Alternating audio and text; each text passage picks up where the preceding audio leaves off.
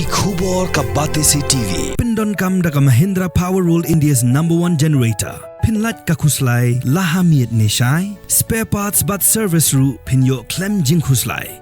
ICFA University Meghalaya is now open for admissions for the academic year 2025. Explore our best courses and apply today. Fee concessions are available for domicile students of the state of Meghalaya.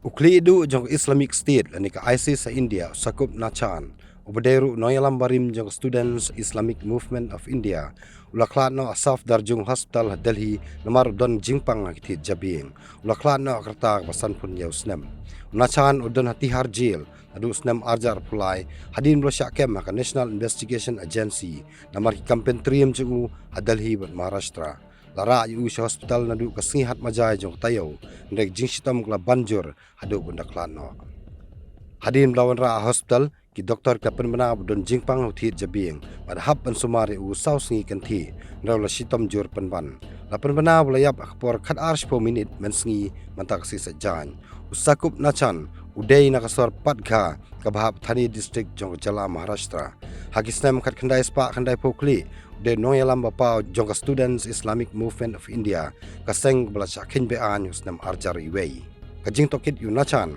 kelas dang hadin kajing jiab thaibom Snem arjar ar bat arjar lai bagan thup kajing thaibom Mumbai Central Vilepart bat Molan Station hak bakal ingut ki briu kilayab bat bunut kilamansau lasyarai penrem nomor kajing yok kurup ikitiar set kantup ka AK-56 na u. Wala sa kami Snem arjar pulai haka NIA na marjing panyar jang uyi kampen trim jang ISIS sa India.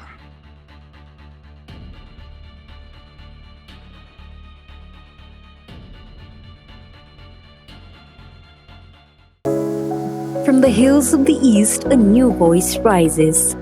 Hello Meghalaya, our state's first ever OTT platform streaming stories, music and dreams. From folklore to films, beats to breakthroughs, this is where culture meets creativity. Discover award-winning talents, breakthrough creators, and untold stories that deserves to be seen.